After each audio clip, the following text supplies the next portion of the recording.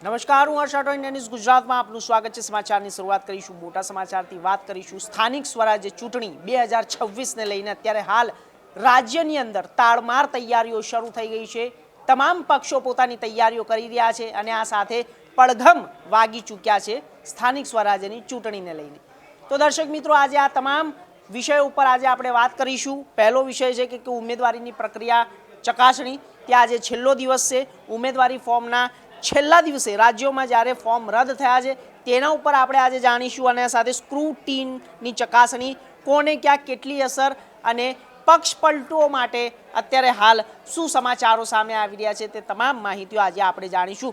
કારણ કે દર્શક મિત્રો, અત્યારે હાલ જેમ જેમ ચૂંટણીઓ નજીક આવી રહી છે તેમ તેમ પક્ષ પલટુઓ એક પક્ષમાંથી બીજા પક્ષમાં જઈ રહ્યા છે અને બીજા પક્ષમાંથી ત્રીજા પક્ષમાં જઈ રહ્યા છે। કારણ કે તેમના માટે વિચારધારાઓની કોઈ વાત જ નથી। તેમના માટે વાત નથી કે જનતાની સેવા કરવી છે। કારણ કે કઈ રીતે ટિકિટ મળે તો અને ટિકિટ ના મળે તો જ્યારે પક્ષ બદલવાની વાત આવી જાય છે દર્શક મિત્રો। કારણ કે અહીંયા આ સિર્ફ ખાલી જે રેસ છે તે ટિકિટ મેળવવા માટેની રેસ છે।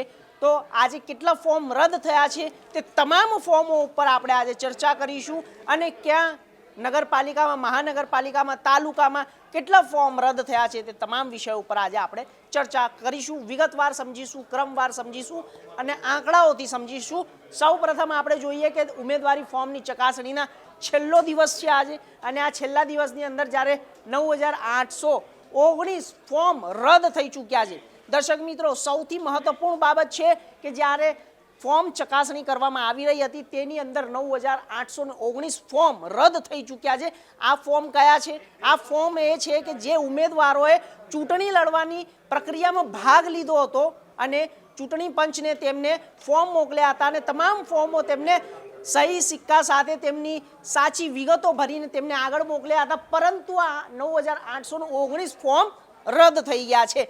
હવે વાત કરીશું મનપાની અંદર। તો મનપાની અંદર અત્યારે હાલ આંકડો કેટલો આવી રહ્યો છે? 1934નો આંકડો આવી રહ્યો છે। નગરપાલિકાની અંદર 1164નો આંકડો આવી રહ્યો છે અને જિલ્લા તાલુકાની અંદર 6,721નો આંકડો આવી રહ્યો છે। તો આ તમામ જે ફોર્મ છે તે 3 પાર્ટીના છે, ભારતીય જનતા પાર્ટી, આમ આદમી પાર્ટી, કોંગ્રેસ પાર્ટી।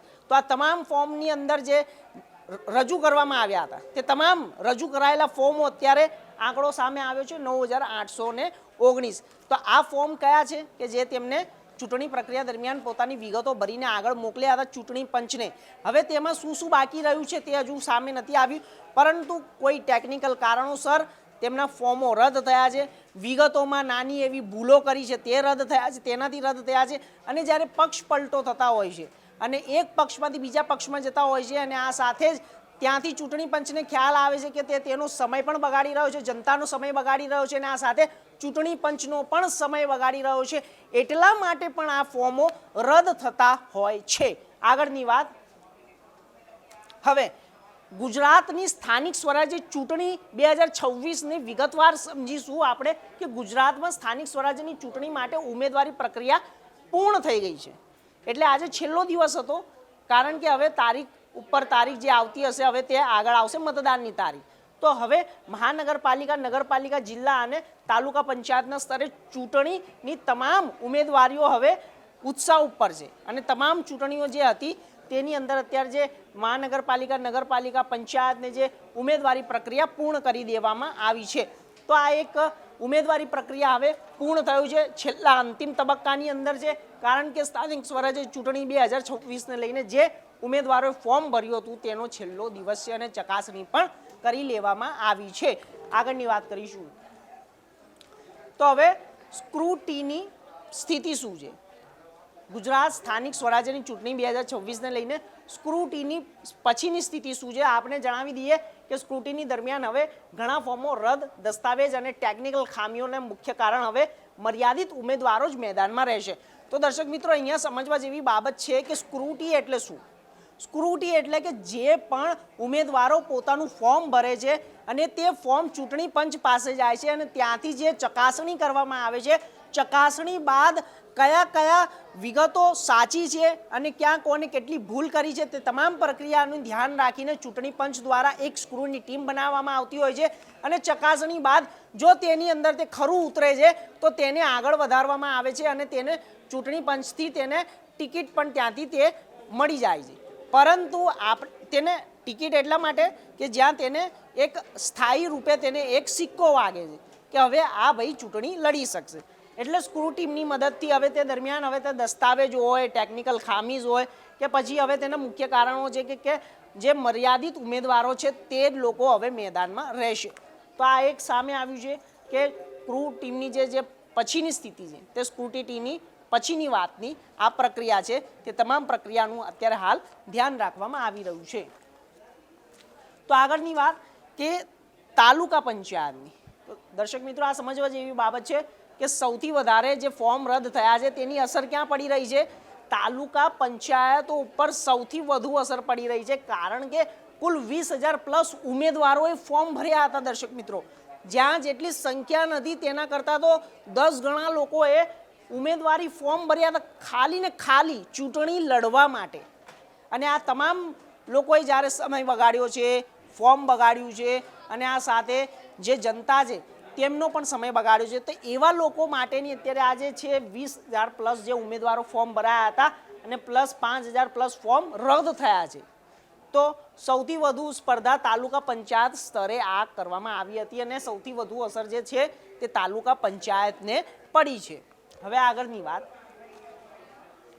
કે આનો જે અસર છે તે તાલુકા પંચાયત ઉપર તો પડી દર્શક મિત્રો, પણ જે રાજકીય ગરમાઓ છે તે રાજકીય ગરમાઓ ક્યાં ક્યાં તાપમાન ક્યાં ક્યાં ઊંચું ગયું છે તે પણ આપણે સમજીએ કે ખાસ કરીને જો અમદાવાદ, સુરત અને આ તમામ પક્ષો વચ્ચે અત્યારે હાલ કટોકટી છે, કાંટાની ટક્કર છે અને ખાસ કરીને અમદાવાદ, સુરત ઉપર જે મહાનગરપાલિકાઓ છે તેમાં વધુ અત્યારે હાલ અસર દેખાઈ રહ્યું છે અને આ મોટા શહેરોમાં રાજકીય તાપમાન ઊંચું જઈ રહ્યું છે. કારણ કે જે ફોર્મ રદ થયા હતા, હવે ફોર્મ રદ થયાના આધારે જે સાચા લોકો જે મેદાનમાં છે તે જ લોકોની વચ્ચે અત્યારે હાલ ટક્કર દેખાઈ રહી છે અને રાજકીય જે ગરમાઓ છે તે શહેરોમાં ઉપર જતો હોય છે. આગળની વાત કે ચૂંટણીનું અત્યારે વર્તમાન ચિત્ર શું છે, તમામ વસ્તુ આપણે સમજ્યા. હવે તેના વર્તમાન ચિત્રની વાત કરીશું કે ઉમેદવારીઓની સંખ્યા ઘટતા સ્પષ્ટ સ્પર્ધા મુખ્ય પક્ષો વચ્ચે જ્યારે સીધી લડત છે, મતદારો મેદાનમાં ઉત્સુકતા વધારીને આગળ વધી રહ્યા છે. તો દર્શક મિત્રો, અહીંયા આપણે સમજ્યા કે ઉમેદવારી ફોર્મનો આજે છેલ્લો દિવસ હતો, ચકાસણીનો છેલ્લો દિવસ હતો, કારણ કે 9,819 ફોર્મ રદ થયા છે અને આ સાથે ઉમેદવારી પ્રક્રિયાને પૂર્ણ કરી દેવામાં આવી છે અને સ્ક્રૂ ટીમની જે ચકાસણી હતી તે પણ. હવે જે વર્તમાનનું ચિત્ર છે તે શું સામે આવી રહ્યું છે કે રાજકીય જે ગરમાવો છે તે વધી રહ્યો છે અને જે આ જે સંખ્યા છે તે સ્પષ્ટ દેખાઈ રહી છે અને ઉમેદવારોમાં અત્યારે હાલ ઉત્સાહનો માહોલ પણ જોવા મળી રહ્યો છે. તો આ તમામ જે છે મતદારોમાં અને જે ઉમેદવારો છે તેમાં પણ અત્યારે ઉત્સુકતા જોવા મળી રહી છે, કારણ કે અમુક વખત એવું થતું હોય છે કે જેટલા ફોર્મ ભરાતા હોય છે અને જેટલા નેતાઓ સામે આવતા હોય છે તો ત્યારે જનતાને પણ અસમંજસમાં નાખી દેતા હોય છે કે કોણે વોટ કરવો અને કોણે ન કરવો અને કોણ કયા પક્ષ તરફથી ઊભું છે. તો દર્શક મિત્રો, આજે સ્પષ્ટ કરવાની બાબત હતી તે આજે થઈ ગઈ છે અને આ તમામ જે લોકો હતા તેમને ફોર્મ જેના રદ થયા છે તે લોકો હવે ચૂંટણી નહીં લડે, હવે તે લોકો સાઈડમાં આવી જશે અને જે લોકોના ફોર્મ સાચા ખરાઈ કરીને આગળ વધ્યા છે તે તમામ લોકો પક્ષ સાથે ચૂંટણી લડશે. તેમના પક્ષની તરફથી તેમને ટિકિટ મળી છે. ચૂંટણી પંચની અંતિમ મુહર વાગી ગઈ છે, કારણ કે તેમના તરફથી સ્થાયી રીતે તેમને હવે એક ચૂંટણી લડવાનો અધિકાર છે.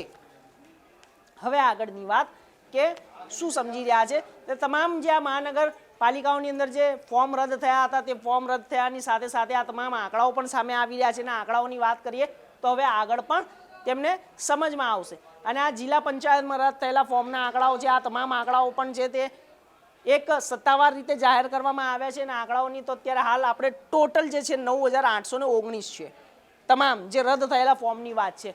નિષ્કર્ષ શું છે તેનો કે ઉમેદવારી પ્રક્રિયા પછી ચૂંટણી હવે વધુ સ્પષ્ટ અને રદ થયેલા ફોર્મ સાથે રાજકીય ગણિત જે છે તે બદલાયું છે અને સાથે આગામી દિવસોમાં ચૂંટણીનો પ્રચાર વધુ તેજ બનશે, કારણ કે તમામ પાર્ટીઓ જે છે અને જે દળ છે તે અત્યારે હાલ પોતાના જે પ્રચાર પ્રસારમાં લાગી ગયેલી છે અને તેમને તેમના ઉમેદવારો પણ જાહેર કરી દીધા છે અને તેમના ઘોષણાપત્ર સાથે જાહેર કરી દીધા છે અને તમામ લોકો અત્યારે હાલ પ્રચારમાં લાગેલા છે.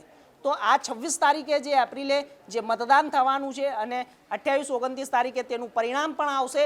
હવે આગળ જોવાનું એ રહેશે દર્શક મિત્રો કે આમાં કોની જીત થશે, કોણ પોતાના જનતા માટે સારું કામ કરશે અને તમામ સેવાકીય કામોના અત્યારે હાલ જે લોકો ઊભા થયા છે જાહેરની અંદર અને આ સાથે તમામ લોકો જે પક્ષ છે તે પોતાનું દમખમ દેખાડી રહ્યા છે અને આગળ વધી રહ્યા છે. તો દર્શક મિત્રો આજે જે ફોર્મ ચકાસણીનો છેલ્લો દિવસ હતો અને છેલ્લા દિવસે કેટલા ફોર્મ રિજેક્ટ થયા છે, 9,819 ફોર્મ ટોટલ રિજેક્ટ થયા છે. બાકી લોકોને ત્યાંથી અપ્રુવલ મળી ચૂકી છે. એટલા માટે તે લોકો હવે ચૂંટણી લડશે ચૂંટણી પંચ તરફથી, કારણ કે હવે જે લોકો સમય બગાડતા હતા ચૂંટણી પંચનો, પક્ષનો સમય બગાડતા હતા, જનતાનો સમય બગાડતા હતા, હવે તેવું નહીં થાય. જેને પણ અપ્રુવલ મળશે તે આગળ જઈને ચૂંટણી લડશે અને જનતાની સેવાનું કામ કરશે. દર્શક મિત્રો હાલ સમાચારોમાં બસ આટલું જ. દેશ દુનિયાના તમામ સમાચાર માટે જોતા રહો ઇન્ડિયા ન્યૂઝ ગુજરાત. નમસ્કાર.